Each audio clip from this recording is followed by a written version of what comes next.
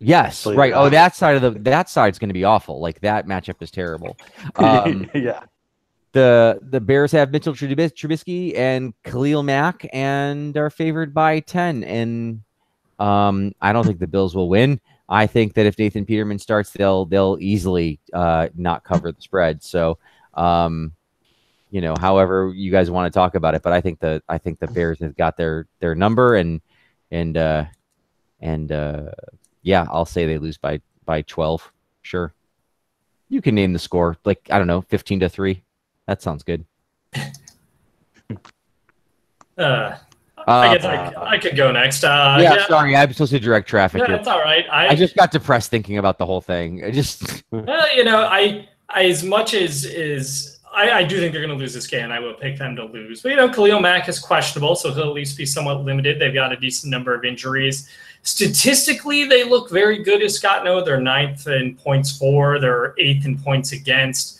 Their expected record should be about 5-2 instead of the 4-3 they're at. But I watched 2 of their games this year, and I know they have some weaknesses. Trubisky has moments of playing very well, but he also – he throws a decent number of picks along with the touchdowns that he throws. He's good for a pick a game. His completion percentage is not great. He does get sacked a fair bit. And I think their offense overall, it doesn't really just blow me away. They've got Jordan Howard, but, not all that much. They've got some decent receivers, but again, no one great. So I think it'll be a close battle, but I think inevitably the Bears are just a better team, especially with Peterman at quarterback for the Bills. And I will say 17-12. I think this is the toughest thing with the Bills is frankly I don't know. I'm going to put it mostly on effort. I don't think it's a game plan matchup issue with them. The weeks that the defense just doesn't show up, the weeks that the defense doesn't get off the bus. It looked like a completely different team playing the Colts 2 weeks ago. And it looked like a completely different team the first week in the Ravens game and the second week against the Chargers compared to what we've seen from the defense at various points this year. So I think, to me, the question is, does the defense show up? And I don't think they will. I think this is the week that they – say, whatever, we'll see you later. And we gave it our all on Monday night, and you guys completely blew it. So if anything goes wrong in the first quarter, the Bills defense phones it in, and they lose by 30. Like, it could be one of those type of games. Like, I realize it's at home, and that's the one saving grace that maybe the fans will allow the defense to stay in the game longer. In that case, the Bills still lose. I agree. I still think the Bears would cover. But I think that the Bills defense will just kind of give up as soon as things go south, which is almost certainly very soon in this game. So, and then things just go off the rails from there. So I say the Bills lose. I'm going to put it at like 31-3, something bad. Boo. Okay. Sure. Look, I'm not going to argue with that, right? Like, that's where we're at, guys. Like, this is not going to be. If you're passionately arguing against the Bills getting blown out, you don't know a good argument. You've got to just, even if we don't agree, like that's very plausible. Very, very plausible. If you think that Patrick Mahomes is a good quarterback that the Bills should have drafted, you should let us know at Bills MNY on Twitter. Unlike some your hot takes here, yeah. Yeah, right.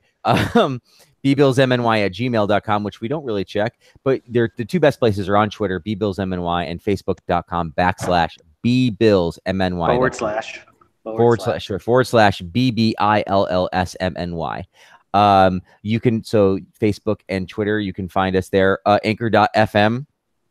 You can look for us, Buffalo Bills, maybe next year in your Google machine on the iTunes. We post the podcasts. That's how we roll. We do appreciate the listens. We thank you very much for listening. We hope you're having a nice week. I hope that after this week, we know what we're going to be watching for the rest of the year, and it's not what I think it is. That's my hope for this game. We come out of it and we say, okay, this is what we're looking at now. We're looking to see if Zay Jones can play, and we've gotten some good news on Josh Allen, and Tremaine Edmonds is playing, and so that's what I'm hopeful for, because otherwise we're going to get really silly really quick on this podcast. But thank you all for listening this week. We really appreciate it. Have a good night and take care. We'll talk to you next week. My name is Frank. I'm Scott. I'm Paul. Good night, everyone.